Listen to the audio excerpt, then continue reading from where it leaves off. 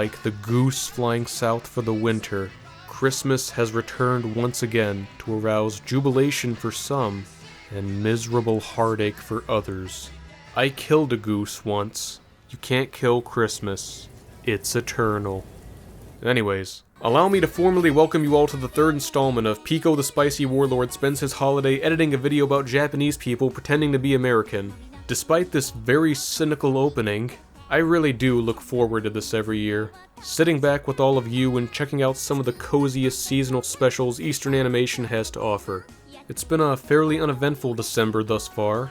I've been enjoying the annual Toradora rewatch, once again having to deal with complete fucking morons implying Minari is the worst girl in a series where Ami exists. And I also relapsed on my addiction to these godforsaken Christmas cookies. I ate 2 packages in a single day. My intestines are in shambles.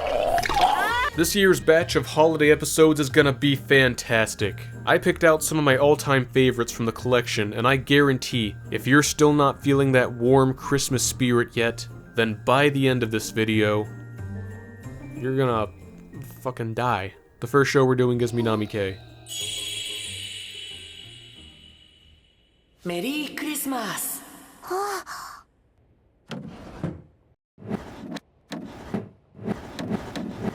My dick pays rent and my dick pays quick. On today's edition of Anime Brady Bunch, the Minami sisters Haruka, Kana, and Chiaki engage in a couple of wholesome holiday shenanigans. That's it, that's what happens. Minami-ke doesn't promise anything that it doesn't deliver. I mean, every episode literally opens with a disclaimer warning you that there is absolutely nothing happening in this series. But like I've said time and time again, these laid-back atmospheric shows and Christmas go together better than chestnuts and arson. We are treated to a warm invitation into the home of the Minami clan and receive the privilege of sitting around their kotatsu, watching them eat tangerines and beat the shit out of each other. And that's all you need to have a good time.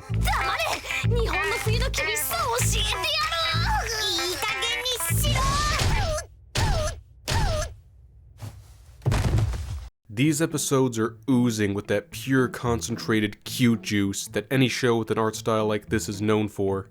Chiaki still believes in Santa Claus, so her good older sister Kana hires her stalker to play the part of a blonde Japanese middle school aged Saint Nick, which I guess is a little less creepy than having your uncle sneaking around little girls' bedrooms in the middle of the night. I mean, this guy doesn't look too bad. Outside the main family of girls, the rest of the cast gets up to equally seasonal activities. Tomboy Toma wishes that she was adopted, like we all do on Christmas. And then my guy, high IQ Genki appreciator Fujioka, does the smartest thing any man has ever done by giving his love interest the one gift girls actually want on Christmas: some fat fucking chunks of ham.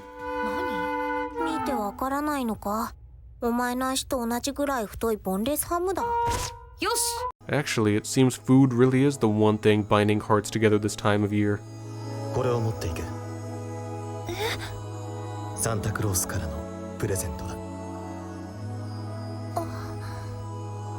God, this guy's smooth as fuck. Despite boasting a pretty impressive 4-season-long run, I don't see Minami-ke brought up too often in conversation anymore. And that's probably a consequence of the show's nonchalant nature that makes it appealing in the first place. Whether you've seen the series or not though, these episodes are essential for that holiday binge-watching cue that you're never going to actually take the time to make. They all have just the right balance of heart-filleting imagery and humor that are guaranteed to leave your cold, lonely evening at the computer screen on a much-needed brighter note. Definite recommend.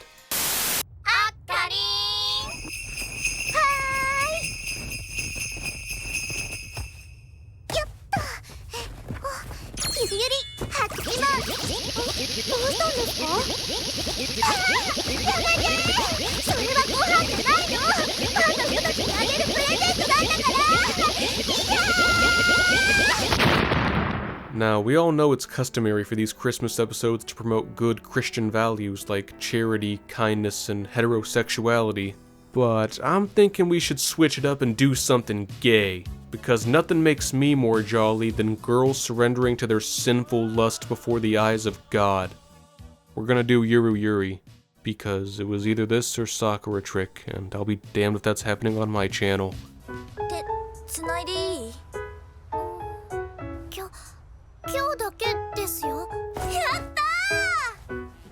Betcha didn't know this was one of the rare X-rated holiday specials.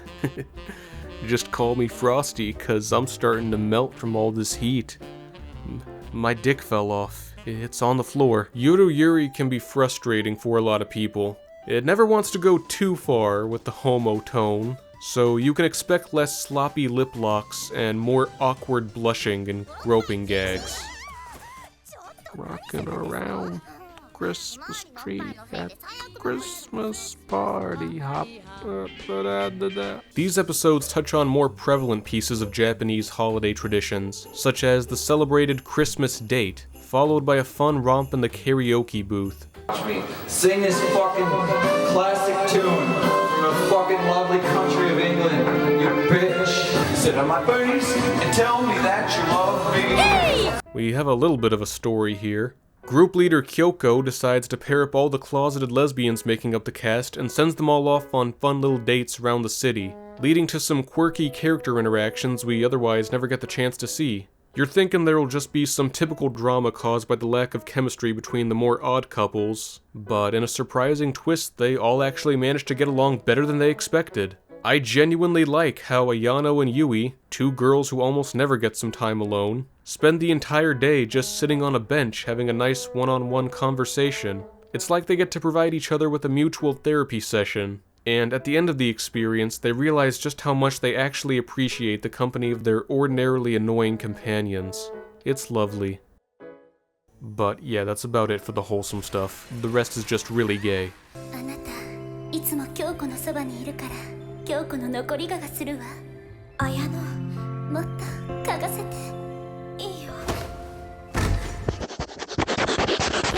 Imagine the smell! Yuru Yuri is certainly the guilty pleasure of the Christmas marathon.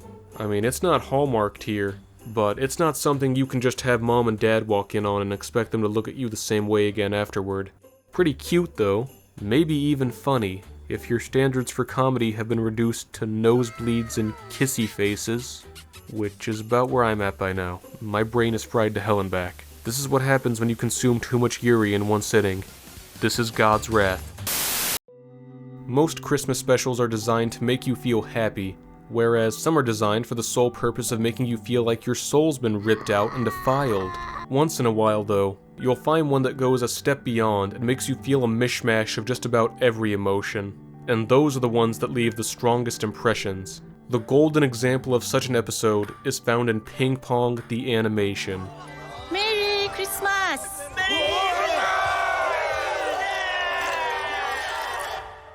Ping Pong is the last place you'd expect to see a Christmas-themed segment. This is a show that crams an entire story of competition, teen drama, and the acceptance of personal limits and disadvantages into a short 11-episode season.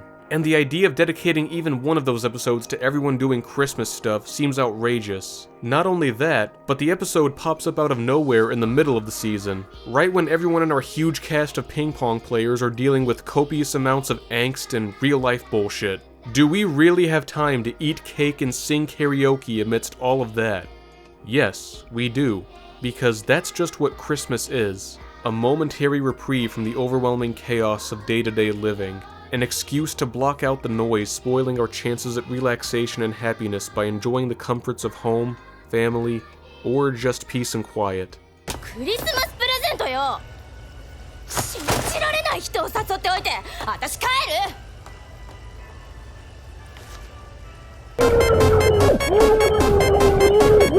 The placement of this episode in the middle of the show's run also allows it to serve as a checkpoint to measure how everyone in the cast is doing, and not all of them are doing very good.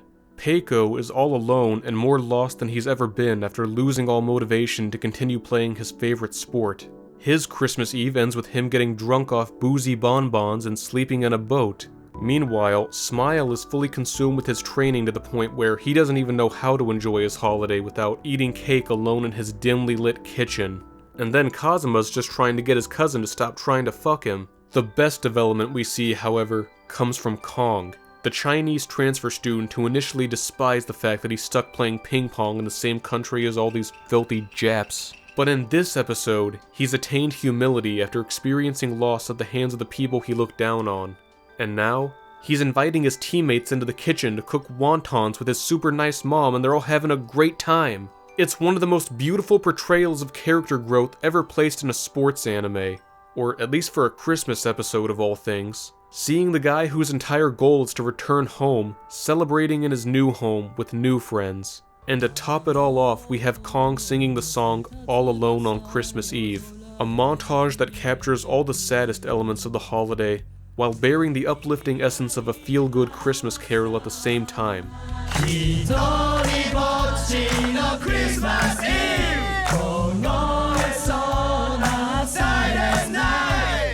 This episode manages to brilliantly depict what Christmas can be to just about any type of person.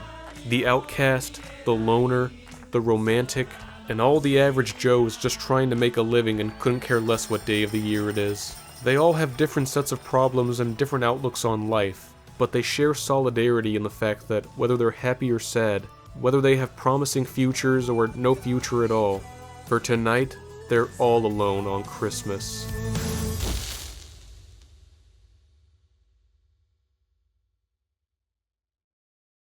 That's a real bummer of a way to close things out, but let me leave you with some encouraging words. Even if your Christmas is as lifeless as Smiles or as bitter and cold as Pecos, this episode is not the conclusion, but the midway point. Christmas and the end of the year are meant to be periods of reflection, checking up on ourselves to see how we've held up.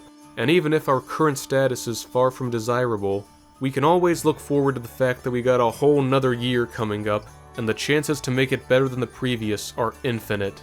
But for the time being, enjoy the spirit of the season, drink something, eat something else, and don't feel obliged to do whatever society expects you to do. If you think spending Christmas lighting your tree on fire and pissing on DVDs of Elf is gonna make you happy, then go forth and do it. Until then, I'd like to thank you for joining me once more for my annual tradition. I sincerely mean it when I say that I can't think of a better way to close out the year than being here with you, making jokes about some hokey holiday specials, and hopefully some of you got a kick out of it too. I'm not sure if I've got enough material to make another one. I'm starting to feel like I repeat myself too much every year, but I don't know. We'll wait and see. Maybe next December I'll change it around and look at some New Year's episodes. Holy shit, we'll be here so long Jesus might actually come back before it's over. For now, I wish you all the merriest of Merry Kristalmasus. This Christmas carol was designed as